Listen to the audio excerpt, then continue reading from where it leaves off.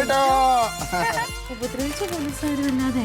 അയ്യോ എന്റെ മണ്ടൂസേ, ഞാൻ ആർക്ക് വേണ്ടിയാടി സമരം ചെയ്യാൻ പോയെ? പോലീസുകാർക്ക് വേണ്ടിയിട്ട്. പിന്നെ മറ്റേ ജയിലിലെ DGPക്ക് എന്നോട് ചെറിയൊരു അമർഷമൊക്കെ ഉണ്ടായിരുന്നു. അതിനെന്താ ഏറ്റവും ഒടുവിൽ ഞാൻ അവിടെ ഇറങ്ങാൻ പുള്ളിക്കണം എന്റെ മുമ്പിൽ സെലക്ട് അടിച്ചില്ലേ? സത്യം. പിന്നല്ലാണ്ട് സമരത്തിന്റെ ബാക്കി വിവരങ്ങളൊക്കെ നീ അറിഞ്ഞില്ലല്ലോ. മുഖ്യമന്ത്രി നേരിട്ടാണ് ഈ വിഷയത്തിൽ ഇടപെട്ടിരിക്കുന്നത്. മനുഷ്യാവകാശ കമ്മീഷൻ വിശദീകരണം ചോദിച്ചിട്ടുണ്ട്. അതിന്റെ മറുപടിയൊക്കെ ഈ അളിയന്മാർ കൊടുത്തോളും. പിന്നെ കുറെ IPS ഉദ്യോഗസ്ഥരെയും കുറെ ഡൂക്കിലി പോലീസിലും മുട കാണിക്കുന്ന എല്ലാത്തിനും സസ്പെൻഷൻ ഉണ്ട്. പിന്നെ ഇടേ നമ്മള് ഒന്നിനു വേണ്ടി മെനക്കെട്ട് ഇറങ്ങിയതാണ് അമ്പളിക്കുട്ടാ. പിന്നെ ഇതുവരെ അതിനൊക്കെ ഇറങ്ങാത്തെന്ന് പറഞ്ഞാൽ ചില വിട്ടുവീഴ്ചകളും ബന്ധങ്ങളൊക്കെ നോക്കിയിട്ടാണ്. അതെനിക്കറിയാം. നീ ഇറങ്ങിയാ നീ കൊണ്ടേ കയറും എന്നുള്ളത് എനിക്കറിയാം.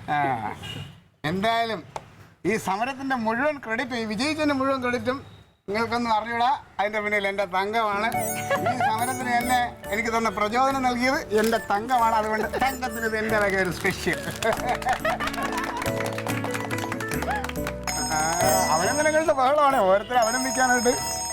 ഇത് ഇവിടെ പെങ്ങള് പറയടി. ഒന്നുമില്ലാതെ ഞാൻ വെറുതെ ഒരു ചെറിയ അങ്ങനെ സംഭവിച്ചു. ഞാൻ വിളിക്കാം. നോക്കാം.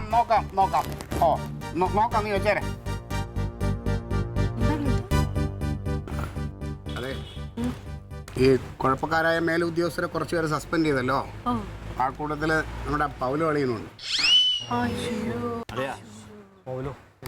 സമ്മതിക്കണം അളിയാ. സ്വന്തം വീട്ടുകാരുണ്ടെന്ന് അറിഞ്ഞിട്ട് നീ ജനങ്ങൾക്ക് കൊണ്ട് പ്രവർത്തിച്ചല്ലേ? ഇതാണ് അളിയ ഒരു യഥാർത്ഥ പൊതുപ്രവർത്തകൻ. അത് പിന്നെ അങ്ങനെയാണ്. ഞാൻ രാഷ്ട്രീയത്തിൽ മേലും കീഴും ബന്ധങ്ങളോ ഒന്നും നോക്കാറില്ല. നീ സത്യസന്ധനായ പൊതുപ്രവർത്തകൻ, കറകളഞ്ഞ രാഷ്ട്രീയക്കാരനെന്നൊക്കെ കേട്ടിട്ടല്ലേ ഉള്ളൂ. അങ്ങനെ ഒരാളെ കണ്ടിട്ടില്ലല്ലോ. അതാണ് ഈ ക്ലീറ്റോ. അതെനിക്ക് അറിയാം.